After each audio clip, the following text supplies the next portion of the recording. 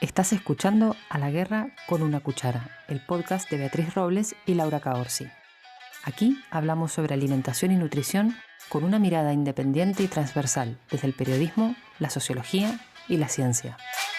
Somos una mezcla ecléctica, una periodista y una tecnóloga de alimentos y dietista nutricionista con perspectivas complementarias pero convergentes. Queremos que conozcas distintos ángulos de la alimentación y sus aristas con una visión social, lejos del ruido de la publicidad y de la desinformación que campa a sus anchas. Acompáñanos en esta batalla en la que nuestras principales armas son un café, una cuchara y un buen racimo de palabras.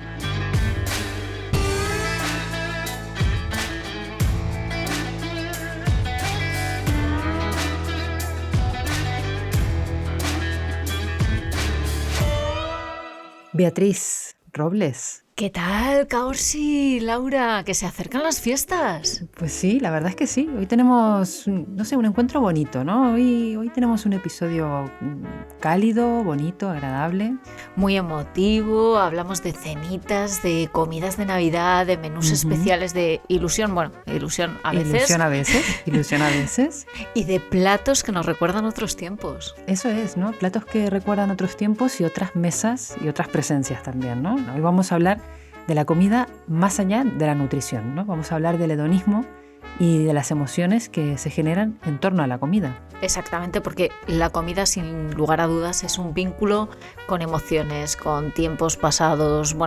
El paradigma de esta idea es la Magdalena de Proust, ¿no? Sí, un clásico la famosa de la Magdalena, literatura. Exactamente, que aparece en Busca del tiempo perdido, en la obra en la que el narrador moja una magdalena en el té y al probarla siente esa oleada de recuerdos que son absolutamente involuntarios. Claro, revive su infancia, el amor por su madre. Al final es el símbolo universal de la memoria sensorial de los alimentos. Bueno, hay más ejemplos, ¿no? Y lo vemos en el periodismo, cuando miramos en cada año el concurso de comida viejuna que hace el comidista. ¡Qué maravilla! Y las lágrimas de risa que se me han podido caer leyendo los comentarios de Mikel Iturriaga y del equipo a los platos, esos platos que estuvieron de moda en épocas pasadas, que eran omnipresentes en toda celebración y que la gente se empeña en reivindicar y en que aparezcan una y otra vez en las mesas. Es una maravilla. Pero yo estoy, súper a tope con la gente que reivindica sus platos de antaño, ¿eh? Súper a tope. Sí. Están pasados de moda, son como un elogio a la horterada vintage. ¿Cuál es tu plato viejuno favorito? Porque si hay tantos. Bueno, es que yo no sabría elegir, ¿no? No sabría elegir. Creo que el huevo hilado con jamón de york. Maravilla. Sí, pero es que me lo como. O sea, si me lo das, me lo como. Claro, bueno. Porque está bueno. Claro. Para mí, el culmen es el cóctel de gambas. Bueno, claro. Es que no había celebración, incluidas bodas de postín, que tuvieran su cóctel de gambas maravilloso con esa salsa rosa, muy reivindicable. Que nos falte la salsa rosa o salsa golf, como se le llama en otros sitios. Sí. ¡Qué maravilla! Por no hablar, por ejemplo, de los dátiles envueltos en bacon. ¿Qué es eso? Sí. ¿Qué es eso? Yo ahí ya me bajo de la nostalgia. Pero bueno, tenemos absolutamente todo. Ya sabéis por dónde vamos con este concurso de comida viejuna, que de verdad no os lo podéis perder en El Comidista. Cada año hay un concurso y son auténticas maravillas. Son maravillas. Y son maravillas también porque, además de las risas y además de este punto divertido que tiene, también tiene una cuestión nostálgica, ¿no? Que nos engancha y nos devuelve a esas mesas en las que las cosas funcionaban de otra manera, en las que estábamos acompañados y acompañadas de otras personas. Y también hay sabores, algunos de estos sabores que puede ser en este concurso o fuera de este concurso, que nos remiten a otros tiempos, ¿no? Tú decías antes Proust, ¿no? Que tenía su Magdalena. Yo no sé si tú tienes una Magdalena personal, algún sabor, algún plato que te devuelva a tu infancia o a otro momento de la vida. Por supuesto que tengo una Magdalena. Una Magdalena, además, de lo más sencillo y humilde, que son los guisantes con jamón que me hacía y que, por suerte, me sigue haciendo mi madre. El jamón lo hemos dejado a un lado, pero los guisantes siguen y el sabor me remite absolutamente a la vuelta del colegio, era un plato que me gustaba mucho, los hace exactamente igual, ya digo, con alguna variación, pero no me digas por qué, algo hay, que si los hace mi madre, ¿saben igual? O sea, el momento es absolutamente el mismo, aunque la receta cambie, que... Y claro, es que no es la receta. ¿Cuál es tu Magdalena? Bueno, mi Magdalena es una compota de manzanas que hacía mi abuela y claro, ya no la puedo comer, evidentemente, pero cada vez que huelo manzanas, por ejemplo, manzanas asadas, que no es lo mismo, pero cada vez que sale ese olor de la cocina me traslada un poco a aquel tiempo, ¿no? Y me dan ganas de comer la compota de manzanas de mi abuela, que es una cosa que ya no puedo hacer, porque además me recuerda perfectamente todo, o sea, el aroma que había en su cocina, la luz que entraba por la ventana, cómo sonaban las cosas, las manos de mi abuela. O sea, es como que me remite, me lleva así directamente a otro lugar y a otro tiempo, ¿no? Has dicho una cosa importante Uh-huh. y yo también he dicho algo relacionado y es, ya no lo puedo hacer. Esa receta ya no la puedo hacer. Pero ¿por qué no la puedes hacer si la receta la puedes conseguir? Porque falta algo, ¿no? Falta algo. Falta un ingrediente que es el que no está en ninguno de los recetarios. Exactamente. Y yo he comentado que aunque la receta de mi madre haya cambiado, Uh-huh. el sabor me remite instantáneamente a esos momentos. Y sobre esto, sobre este nexo, Uh-huh. le hemos preguntado precisamente a Miriam García. Bueno, Miriam García, que es una persona que sabe muchísimo sobre esto, es gastrónoma, cocinera, pastelera en serie, divulgadora gastronómica, estilista de cocina para publicidad y, como ella misma se define o dice, pongo guapos a los alimentos, abajo el aburrimiento. Vamos a escuchar lo que tiene para decirnos sobre esto. Los humanos somos seres sociales y comer es una experiencia total, que sabemos perfectamente desde pequeños que no va solo de llenar la andorra para seguir funcionando. ¿Por qué todos recordamos un plato que preparaba nuestra abuela, madre, tía y que nunca hemos conseguido replicar? Pues porque ese plato no solo era comida, sino que permanece en nuestra memoria. ¿Por qué? Pues porque con él nos cuidaban y los platos que pides a domicilio carecen de ese factor. Mira, recuerdo que no hace tanto decía Jorge Guitián en su boletín que igual si te paras a analizarlas, las croquetas de tu madre tampoco eran para tanto, pero a que en tus recuerdos son insuperables.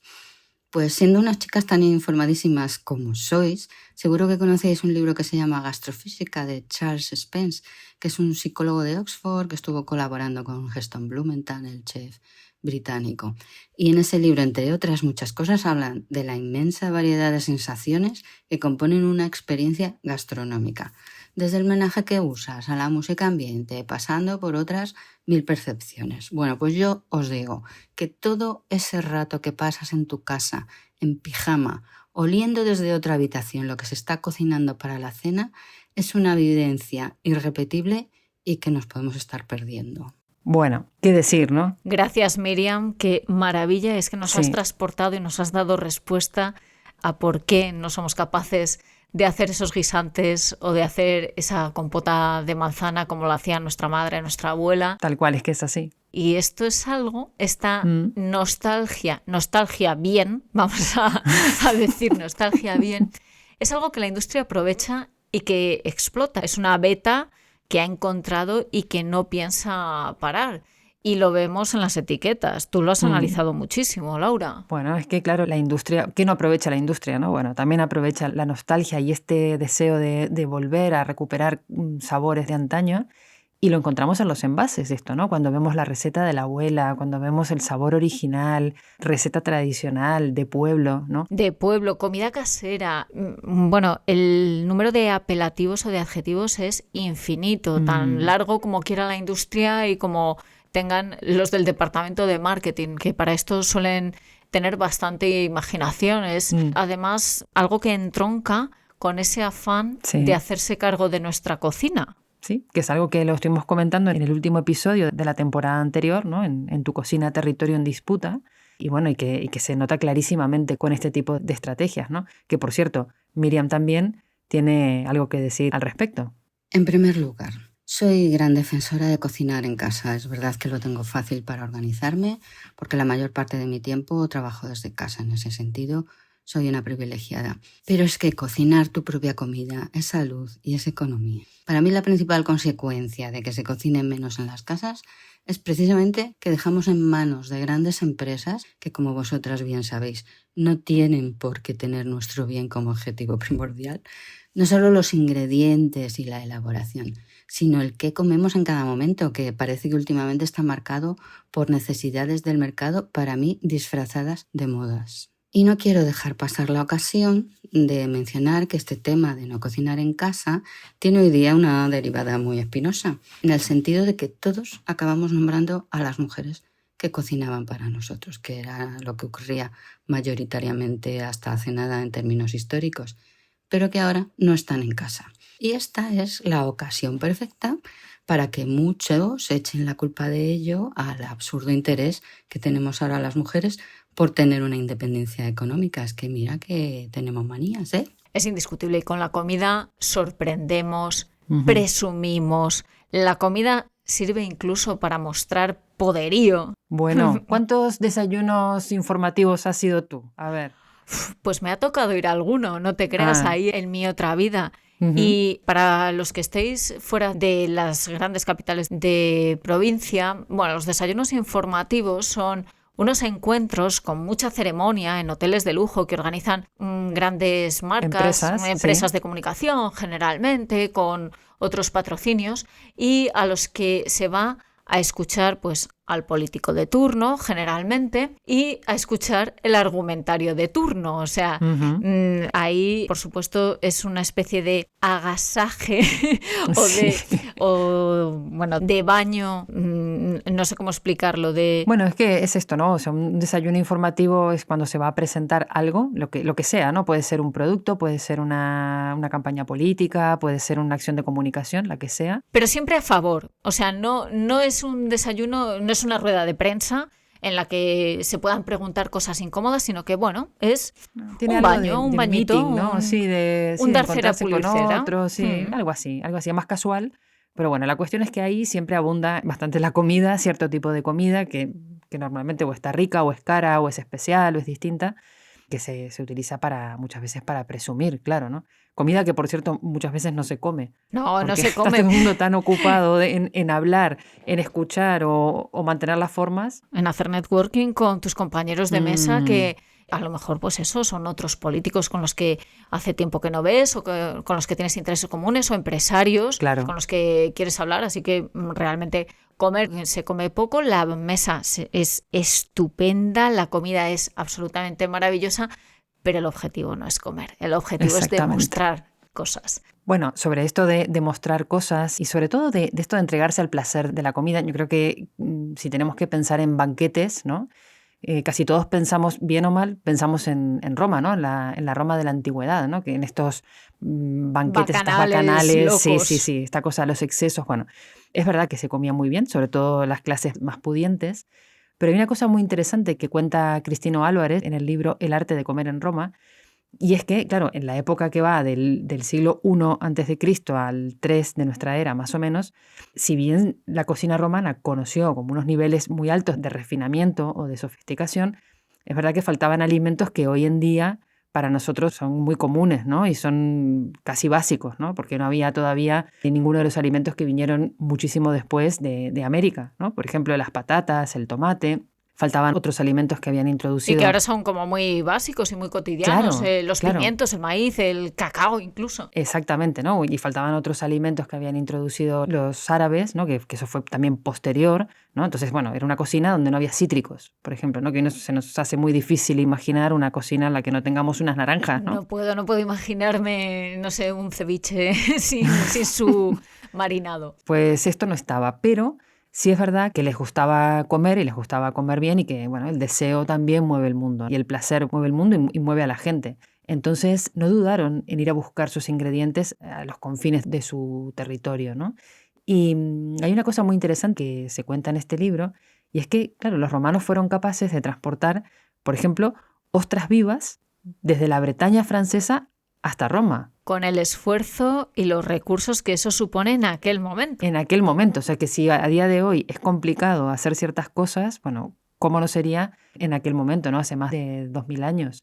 también que habían recuperado, bueno, una técnica que era egipcia, que era la de hacer el foie gras, una cosa parecida al foie gras, ¿no? Que es esto de hipertrofiar el hígado de las ocas, ¿no? Para conseguir eso.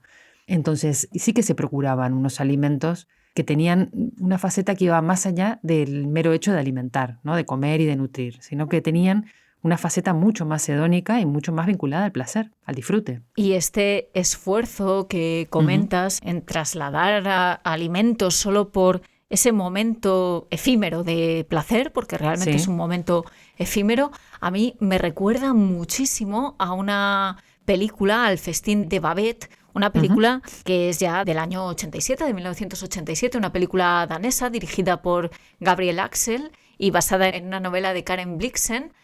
Y es una historia preciosa, a mí me ha encantado, os la recomiendo muchísimo, que transcurre en un pueblo pequeño de la costa danesa, un pueblo muy austero a finales del siglo XIX, donde viven dos mujeres, son hermanas y son hijas de un pastor luterano muy estricto.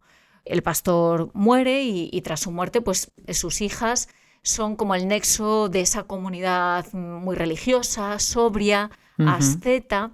En un momento dado, las hermanas acogen en su casa a Babette, la acogen como sirvienta, y Babette es una refugiada que huye de Francia tras la represión de la Comuna de París en 1871 y trabaja para ellas durante mucho tiempo, durante unos 15 años.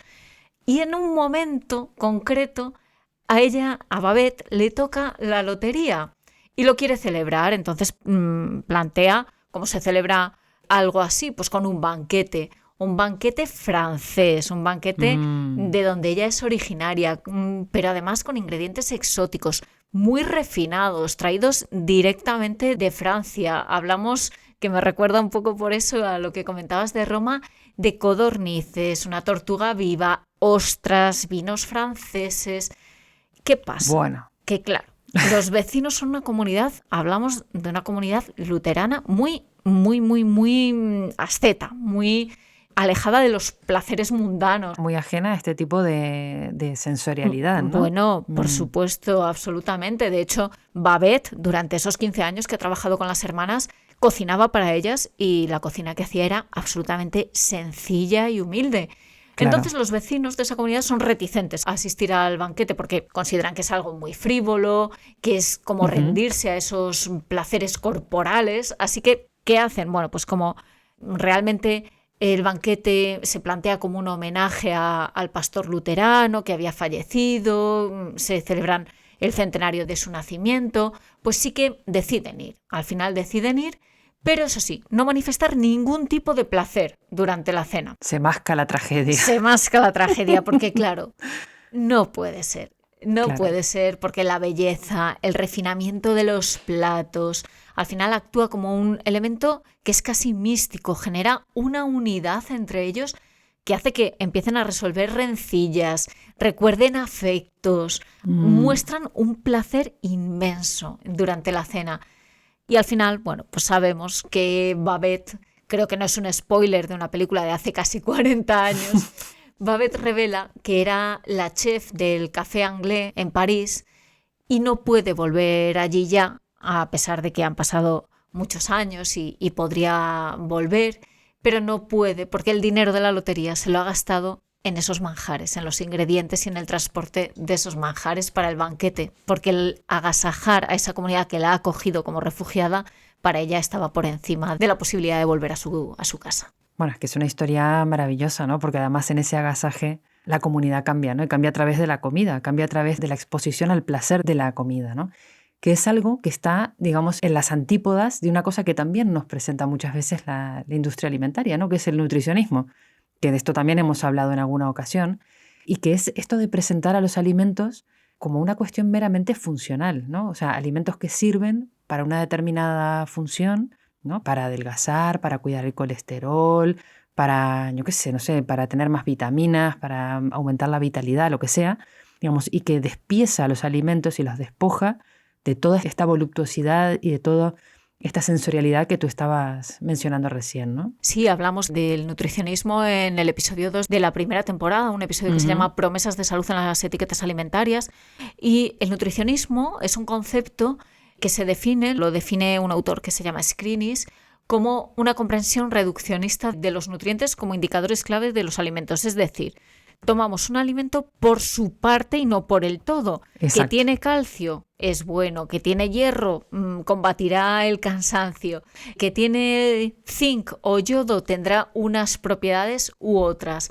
Es un enfoque que, por supuesto, ha aprovechado, como no, la industria alimentaria, esa visión fisiológica exclusivamente, en el que los alimentos, pues bueno, son simplemente una suma de partes, no se tiene en cuenta absolutamente nada más. Claro, y es como que te relacionas con una tabla periódica de los elementos y no con la comida en sí, ¿no? De lo que estás más pendiente es de esas partecitas, de ese nutriente específico, ¿no? Y no de la totalidad y de todo lo que te puede aportar un alimento, un plato, una mesa. ¿Y qué pasa cuando extirpamos toda esa faceta hedónica de la alimentación? Pues mira, si pensamos en cuestiones cotidianas, ¿no? El típico catarro, ¿no? Que se te tapa la nariz y pierdes el sentido del olfato o el del gusto, ¿no? Durante un tiempo tienes anosmia. A mí me pasó cuando me contagié de COVID la primera vez, que no sentía aromas de ningún tipo, ¿no? Entonces la comida, cuando comía, por ejemplo, una galleta, era como estar masticando una caja de cartón, o sea, porque no tenía sabor, no tenía ninguna gracia, era como que tenía que comer porque sabía que tenía que comer y alimentarme, pero ni siquiera tenía apetito, ¿no? No había nada, ni ningún aroma que viniese de la cocina ni del plato que me despertase las ganas de comer o que activase toda la parte fisiológica, ¿no? De salivar, de tener como, bueno, esto, el hambre, ¿no? El gustito por comer algo, ¿no? Desaparece completamente. Y desaparece también una parte muy importante de la calidad de vida. Es que pienso también cuando tenemos, por ejemplo, una gastroenteritis o un proceso infeccioso intestinal del tipo que sea, que nos mandan dieta blanda o tenemos que comer solo determinados alimentos. De repente pierdes toda esa apetencia, ese gusto por comer, esas ganas de sentarte a la mesa. Pierdes, por supuesto, todo disfrute social, porque no te apetece sentarte a comer un pescado hervido sin sal, mientras tus compañeros comensales están consumiendo otro tipo de alimentos.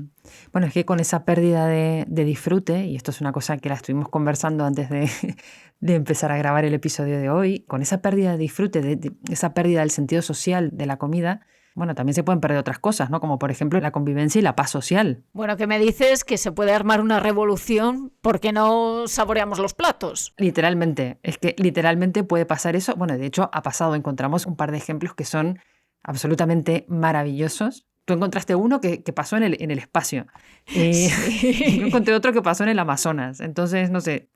Vamos a ir a lo terrenal. Cuéntale el del Amazonas. Vale, pues mira, esta es una historia, la voy a intentar resumir. Pero bueno, es una historia que está recogida en varios sitios. En este caso está en el libro Territorios Improbables, Pedro Torrijos, que cuenta cuando Henry Ford, de la empresa de automóviles, fundó una filial de sus empresas en el Amazonas. Y esto pasó hace 100 años, en 1925, 1926, que digamos, Ford decidió montar ahí su empresa para tener un acceso más directo a los árboles y las plantaciones de caucho y poder hacerse con esa materia prima. En 1928 fundó su compañía, digamos, pero como era un señor muy ambicioso, no le bastó con fundar la compañía o la fábrica para hacer eso, sino que además montó toda una ciudad a su alrededor, ¿no? O sea, con casas para los trabajadores, tenía una serrería, tenía un hospital, una iglesia presbiteriana, salón de baile, restaurantes, 2 hoteles, depósito de agua, tendido eléctrico, estamos hablando de hace 100 años, tendido eléctrico, telefónico, carreteras. Sí, en la línea de Henry Ford de buscar el máximo beneficio. Exacto. Explotando absolutamente todo, desde la tierra, los recursos a la mano de obra de los trabajadores y que no se distrajesen mucho, que no tuviesen vida más allá de esa ciudad, ¿no? Que había inventado para ellos. Que su vida transcurriese dentro de ese lugar al que llamó Forlandia, por supuesto, porque, ¿sabes? O sea, originalísimo y nada egocéntrico. No, para nada, para nada. Pero bueno, resulta que Ford, además de ser un poco egocéntrico, resulta que era puritano, muy puritano, que esto entronca con lo que tú contabas antes de la película, y también era abstemio. Y entonces él no quería que sus trabajadores bebiesen. Por lo tanto, estaba prohibidísimo el alcohol. Bueno, los trabajadores consiguieron burlar, digamos, esa prohibición metiéndose en unos barquitos que iban hasta una isla cercana que había ahí junto a un río, que llamaban la Isla de la Inocencia, bueno, que había un burdel y un bar, ¿no? Y bueno, y ahí, pues eso, iban a dar rienda suelta a todas sus pulsiones, las de beber y las otras. Y más o menos eso conseguía mantener cierta paz social, aunque, como cuenta Pedro Torrijos en el libro, el ambiente estaba un poquito enrarecido, ¿no? Claro, ¿qué pasó? Que en un momento determinado Henry Ford decidió que ahí todo el mundo tenía que hacer, además, dieta vegetariana porque él era vegetariano, y que además en los restaurantes donde se comía, donde los trabajadores comían, en lugar de tener un servicio de mesas con camareros, se iba a implementar unas cafeterías con autoservicio. En línea con sus líneas de montaje y, como hablamos, de la optimización total y el American Way of Life. Exactamente. Entonces, ¿qué pasa? Que ahí estaba todo el acto de vivir en general, ¿no? Pero el acto de comer estaba lleno de restricciones por todas partes, evidentemente, pero además estaba sujeto a una cuestión productivista, una mirada meramente funcional, productivista, de optimización de los tiempos, de optimización de los nutrientes, de los recursos, de todo, o sea, que estaba todo prohibido, no había margen, no había espacio para el placer. Bueno, ¿qué pasó? También se masca la tragedia aquí. Bueno, pues la gente se amotinó, o sea, es que los obreros se rebelaron contra eso, lo rompieron todo, lo quemaron todo, bueno, incluso tuvo que intervenir el ejército, ¿no? Para calmar un poquito las aguas. Y de hecho, este proyecto de Ford fracasó por más razones, pero esta fue una y no fue pequeña precisamente. Y que está directamente vinculada a la comida, como la pequeña rebelión que hicieron los astronautas, porque tenemos que pensar que, bueno, comer en el espacio y cubrir prácticamente cualquier necesidad fisiológica debe ser muy complicado. Pues sí. Y es un problema técnico de primer orden, ¿no? Entonces, al principio, cuando empezaron a plantearse las misiones espaciales, claro, lo que primaba era resolver ese problema técnico, pues resolviendo el problema de la seguridad de los alimentos, del peso de los alimentos, porque claro, no se puede cargar en exceso, entiendo, aunque no tengo ni idea de ingeniería aeroespacial, pero entiendo que no se puede cargar una nave con exceso de peso. De peso y de espacio, ¿no? De ocupación del espacio, claro. Exactamente. O sea, hay que optimizarlo absolutamente todo. Exactamente. Así que, vamos, de hecho, la parte gastronómica del placer de comer al principio, en las primeras incursiones o las primeras investigaciones de cómo ir al espacio, en los proyectos iniciales, es que eso ni se planteaba, el placer gastronómico. Es verdad que al principio las incursiones al espacio eran muy cortas, o sea que tampoco era necesario, pero cuando se plantearon viajes ya más prolongados, sí que había que solventar esa cuestión, la cuestión de alimentarse. ¿Qué pasa? Bueno, pues desde que fue Gagarin al espacio a otros proyectos como el proyecto Mercurio de la NASA, es decir, los primeros proyectos, pues la comida consistía en cubos de comida deshidratada y texturas semisólidas en una especie de tubos de aluminio que parecían pues la pasta de dientes directamente. Me están entrando unas ganas de comer con esto que... Y lo mismo que a ti les pasaba a los astronautas, claro, que era un problemón porque es verdad que su nutrición era óptima y es que se puede conseguir una nutrición óptima, si me apuras, a base pues de formulaciones casi y sin casi, formulaciones de farmacia, que es lo que se hace con algunas personas y no van a desnutrirse, no va a haber ningún problema en ese sentido, pero claro, no había ningún placer. Y esto tuvieron que ir resolviéndolo.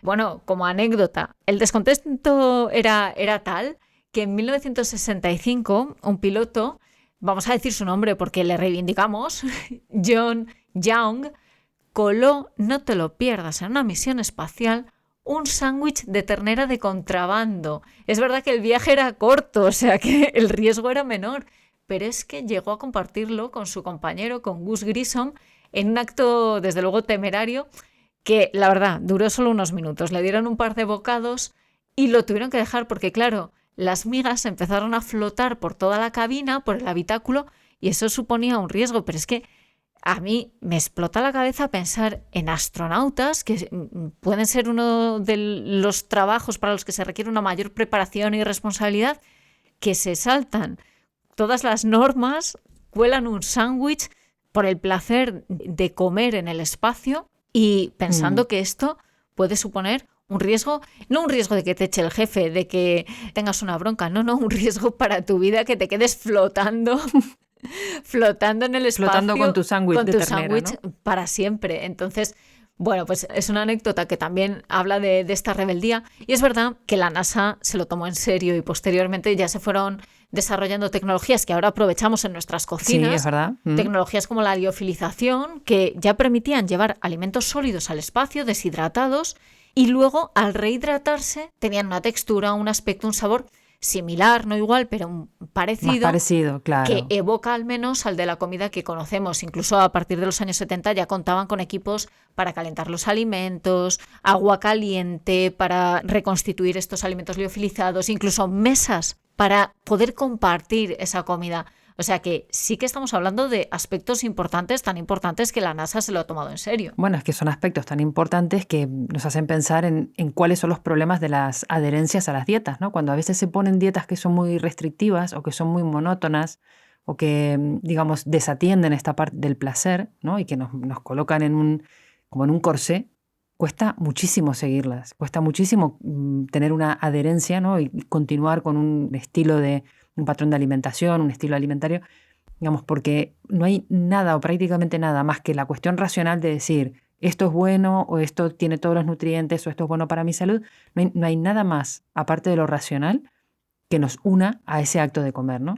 Y claro, la industria, como no, aprovecha también esta situación, ¿no? Para lanzarnos unos mensajes que van justamente en la línea contraria, ¿no? De date un capricho, te lo mereces, o sea, te empieza a ofrecer otro tipo de productos que son estos de indulgencia de los que hemos hablado muchísimas veces aquí, que justamente vienen a decir, mira, hay una puerta de salida, ¿no? Aquí hay algo que va a compensar todos estos corsés, todas estas restricciones a las que te estás sometiendo y que tira por ese lado, ¿no? Por el salirse de lo estricto, de lo repetido. Bueno, es que es gracioso, es irónico que uno de los alimentos que más consumimos o que más familiares nos resultan ahora y que es totalmente industrializado, como los cereales en copos, nace un poco de esto. Sí. Nace Sí. de las dietas estrictas y la voluntad de saltárselas. El cereal más famoso que conocemos, el Kellogg, los copos de cereales de Kellogg surgieron un poco así, porque uno de los hermanos Kellogg, que era un médico, tenía un sanatorio en el sanatorio Battle Creek, en el que, bueno, pues hablamos un poco del mismo perfil que hemos estado comentando, ¿no? Personas que eran, pues, abstemias, que querían despojar un poquito de los alimentos ese placer, entonces había un régimen en este sanatorio de baños, enemas, ejercicio, pero también quería cambiar los hábitos alimentarios, este doctor, John Harvey Kellogg, y había prohibido los alimentos con sal, por supuesto, con azúcar. Quería un poco hacer una dieta estricta y desvinculada de la parte hedónica. Sí, como la dieta perfecta, desde el punto de vista del organismo, la dieta perfecta. Exacto, lo que estamos comentando. Sí. Entonces, a finales del siglo XIX, en 1894, elaboró un trigo triturado, diseñó tecnológicamente para que fuese en copos y gustó bastante a la gente que estaba en el sanatorio, porque era una presentación novedosa, claro, estaban acostumbrados a 4 alimentos y bueno, les presentaron esto y estaba bastante bien. Pero su hermano Will, el hermano de Kellogg, hermano listo, de John Harvey Kellogg, tenía una visión, sí, desde luego mucho más práctica y mucho más interesada en explotar económicamente cualquier idea. Entonces, ¿qué hizo? Encargó a una empresa externa que elaborase estos cereales. Bien, ya vamos a una economía un poco de escala, que se pudiesen poner a la venta y bien, los pacientes sí que los comían, pero tampoco se comercializaba mucho más allá de esto. ¿Qué hizo? Bueno, pues en un viaje de su hermano el médico, el hermano disoluto, el hermano Will, le añadió un poquito de azúcar a la versión en maíz de esos copos de trigo, una versión que ya estaban comercializando, y le añadió azúcar. ¿Qué pasa? Que, claro, encantó. claro. Es algo que Michael Moss describe en su libro Adictos a la comida basura como una traición en toda regla de este hermano del doctor, el hermano de John Harvey. Y, por supuesto, bueno, pues a los pacientes les encantó. Se inició un negocio, Will inició un negocio por su cuenta y el final ya lo sabemos, porque lo llevaron a la justicia. El final lo seguimos viendo ahí en los lineales del supermercado, ¿no? Y que sigue encantando y sigue gustando a todo el mundo, ¿no? Desde luego, Will Kellogg y el azúcar ganaron y en 1922 nació la empresa que conocemos ahora. De esa búsqueda del placer añadido a la idea de la dieta y que tanto vemos en los lineales ahora. Bueno, y que están además muy, muy, muy vinculadas a estas ideas de felicidad, ¿no? De disfrute, que es lo que decíamos, que la industria los aprovecha, ¿no? Para contarnos qué es el disfrute, qué es la felicidad, qué es la alegría, en qué consiste eso. Y que sin embargo, de alguna forma como que prescinde de cosas que también están entre los alimentos y que no solamente son parte de los alimentos, ¿no? Porque cuando hablamos del hedonismo, y esto lo comentábamos al principio del episodio, hablamos también de que no es solamente una cuestión de ingredientes, ¿no? No es solamente una cuestión de la comida en sí, sino de todo lo que hay alrededor, ¿no? Todo lo que se genera alrededor de esa comida. Lo contaba también Miriam muy bien, ¿no? El tiempo de la mesa, la presentación, la comodidad en la que estemos, con la que nos sintamos, cómo estemos con los demás. Hay un libro que se llama Los alimentos del deseo, y bueno, en el que Maruja Dañino escribe y describe, ¿no? De las dos maneras, qué es esto, ¿no? De la cocina, y la verdad es que lo plantea de una manera muy, muy bonita y muy voluptuosa también, ¿no? Te voy a leer simplemente un pedacito porque bueno, el libro da para leerlo entero, ¿no? Pero no nos va a dar tiempo, así que vamos a leer un pedacito muy, muy cortito en el que ella habla de la cocina que en sí misma es un afrodisíaco, ¿no? Y dice, cocinar es como besar, es un acto amoroso, una invitación expresa al placer. Será por eso que hacia finales de la Edad Media algunos sacerdotes se empeñaban en prohibir ciertos alimentos que a su criterio eran una incitación a la lujuria. Y Alfonso X advertía que el comer de más es vedado a todo hombre, mayormente al prelado, porque la castidad no se puede bien guardar con muchos comeres. Hay un vínculo directo entre el erotismo y la alimentación. Totalmente, bueno, ella misma también habla, ¿no? De que en esta alquimia de sabores hay cuando uno está cocinando, ¿no? Que hay casi un placer erótico, ¿no? Que tiene que ver con el tacto, que tiene que ver con el olfato, el gusto, el ojo, y como dice ella, ¿no? Bueno, algunas veces incluso al oído, ¿no? Atento a las crepitaciones de las carnes sobre el fuego, ¿no? Es una cosa, bueno, es que es muy descriptiva, ¿no? Realmente, pero es que pasan más cosas, ¿no? Con la comida que no son solamente la comida. Y un aspecto muy, muy importante, Laura, que tú comentas en un artículo que publicaste en Gastro es la comensalidad. De hecho, el artículo se llama ¿Por qué es mejor comer en buena compañía? Y nos dices que comer en una mesa en compañía, es decir, la comensalidad, y el disfrute compartido de ese momento, es decir, la convivencia, son tan importantes como aquello que ponemos en el plato. Claro, bueno, es que eso es una cosa, fíjate, que ha estado como muy olvidada, yo creo, por lo menos en los últimos tiempos, ¿no? Que está todo muy disgregado y es como que por un lado van las recomendaciones dietéticas o de salud, por otro lado van las cuestiones más gastronómicas, pero es como que ha estado todo muy, muy disgregado, ¿no? Y afortunadamente en los últimos años se está incorporando cada vez más en los recetarios, pero también en las guías dietéticas, esta arista, ¿no? Que involucra justamente el disfrute de la compañía, ¿no? De la buena compañía, porque claro, estar acompañado, uno puede estar acompañado de muchas maneras, ¿no? En una mesa, pero el disfrute de la compañía a la hora de comer, ¿no? Que es algo que le aporta una dimensión social a la comida, que la reviste y le da un sentido completamente distinto y que va mucho más allá de la cuestión puramente fisiológica, ¿no? Esto es una cosa que está además estudiada desde el punto de vista de la salud, que viene a contar justamente esto, ¿no? Que no es solamente alimentarse bien, nutrirse o tener todos los elementos, todos los nutrientes. Tú decías antes que se podría uno alimentar de polvos o preparados, ¿no? Sin ninguna duda, y de hecho se consigue en algunos casos. Se consigue, claro que sí, pero no se trata de eso, ¿no? Sino que se trata de algo más. Y esto lo cuentan, por supuesto, investigadores del Instituto de Salud Carlos III, ¿no? Que han trabajado sobre este asunto, pero también se enfoca desde el lado de la sociología, ¿no? Y de la antropología social. Hay un libro que se llama ¿Seguiremos siendo lo que comemos? Porque es un libro que está entre signos de interrogación el título, que es de Jesús Contreras, que él es catedrático emérito de antropología social de la Universidad de Barcelona, y que él habla justamente, ¿no? De la carga simbólica tan brutal que tiene el hecho de comer solo, ¿no? Comer solo, que parece que es esta cosa tristísima, no cuando es algo elegido, ¿no? O no cuando es algo circunstancial, sino cuando es algo sostenido en el tiempo, ¿no? Y él justamente tiene un fragmento que a mí me gusta mucho, que dice, el cocinar, como el comer, solo parece adquirir sentido dentro de la relación social.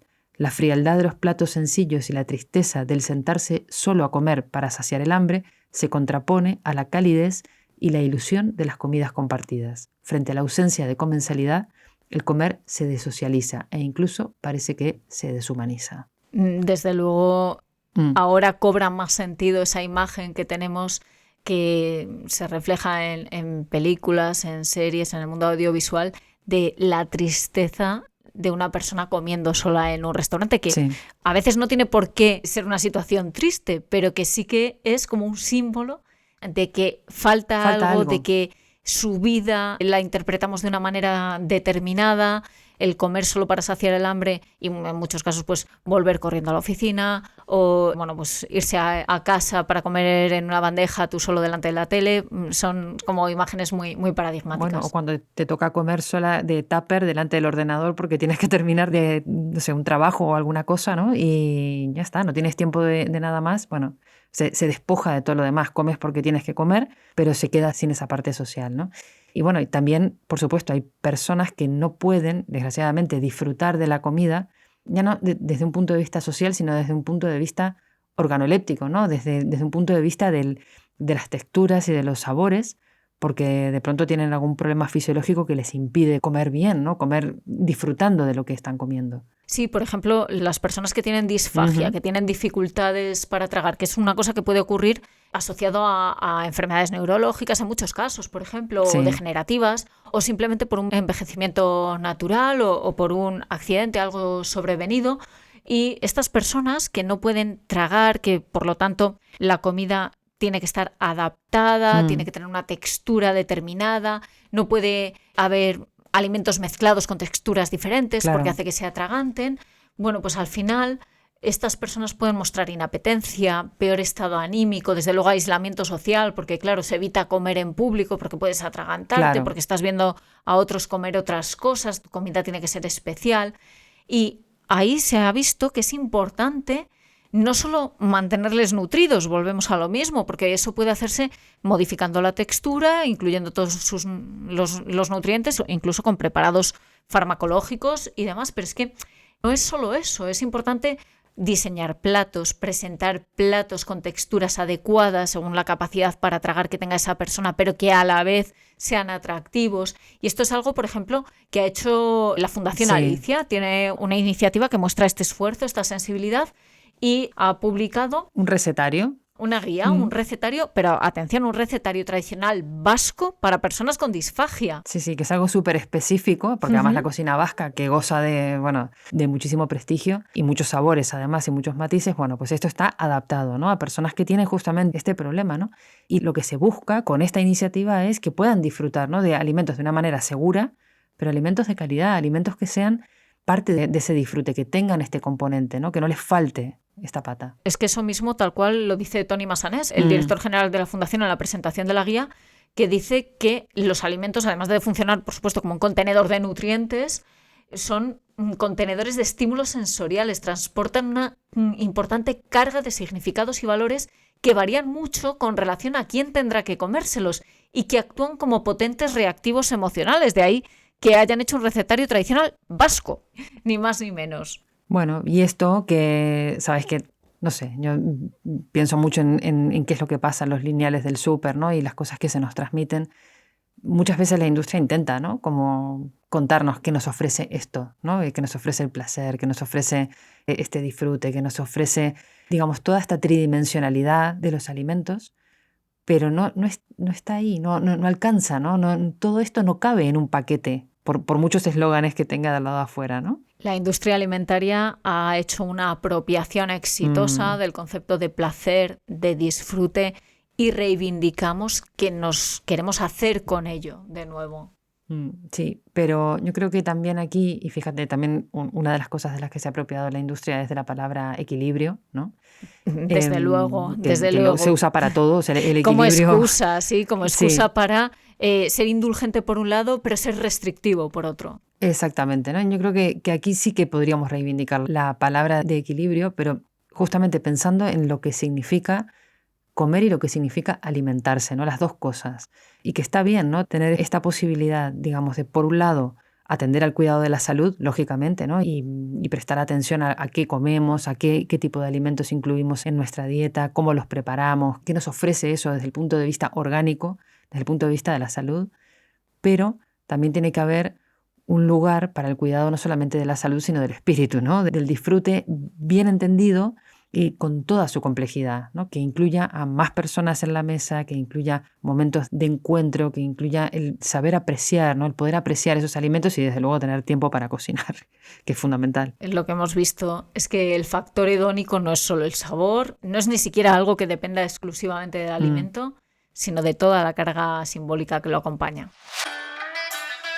Si te ha gustado esta batalla, sigue escuchándonos en todas las plataformas de audio. Comparte este podcast en tus redes sociales y envíanos tus dudas, sugerencias o etiquetas deleznables para que las analicemos a alaguerraconunacuchara@gmail.com. Nos escuchamos en el próximo episodio.